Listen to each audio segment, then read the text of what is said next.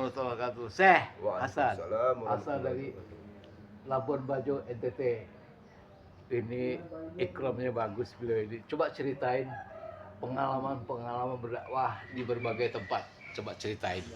Ada yang senang, ada yang tidak, ada yang menganggap receh gitu ya. Nah, coba ceritain sedikit pengalaman. Alhamdulillah, saya cerita dalam dakwah ini.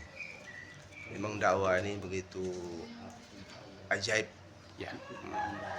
dan memang ini memang dari zaman dahulu kala, seperti banget zaman Nabi Sallallahu Alaihi Wasallam. Ya.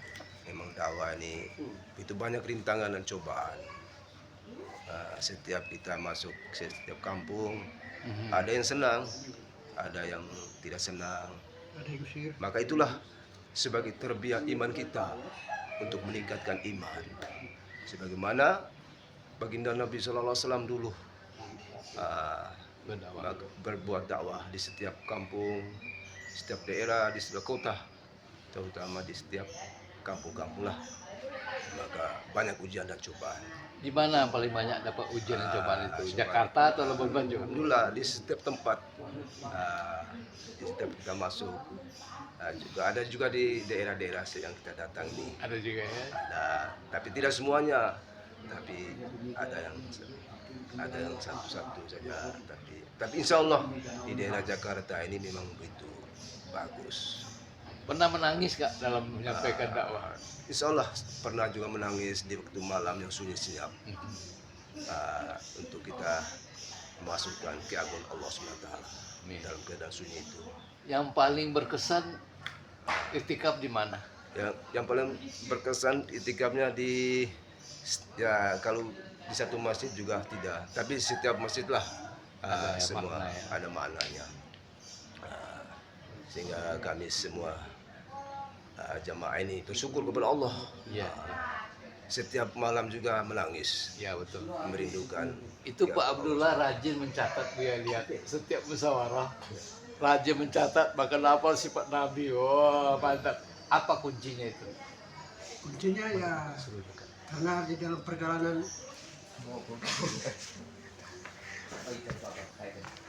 kuncinya Pak, di dalam perjalanan kami sebanyak 8 orang dari Labuan Bajo ini, Amir pilih saya untuk menjadi sekretaris sebagai penulis. Karena Amir bilang Bapak Abdullah yang hurufnya bagus dan tahu tulis. Wah, pantas. Setiap musyawarah pasti ada tulisan dari Pak Abdullah. Jadi siapa taklim pagi. Nanti buku musyawarah harian agama ini, apabila akhir masa habis, saya akan serah kepada Amir sebagai memori untuk masa-masa akan datang. Mantap. Itu sejarah hidup kita. Sejarah hidup. Nanti tahun berapa buka, dia akan kelihatan hurufnya siapa dulu ini. Betul. Siapa Amirnya? Warsat. Siapa dia? Ada Pak. Makmurnya ada 8, Pak Furudin, ada 8 ya. Pak Yas, Mustahib, Pak Abdul Majid, dan Pak Sohi. Terutama juga Pak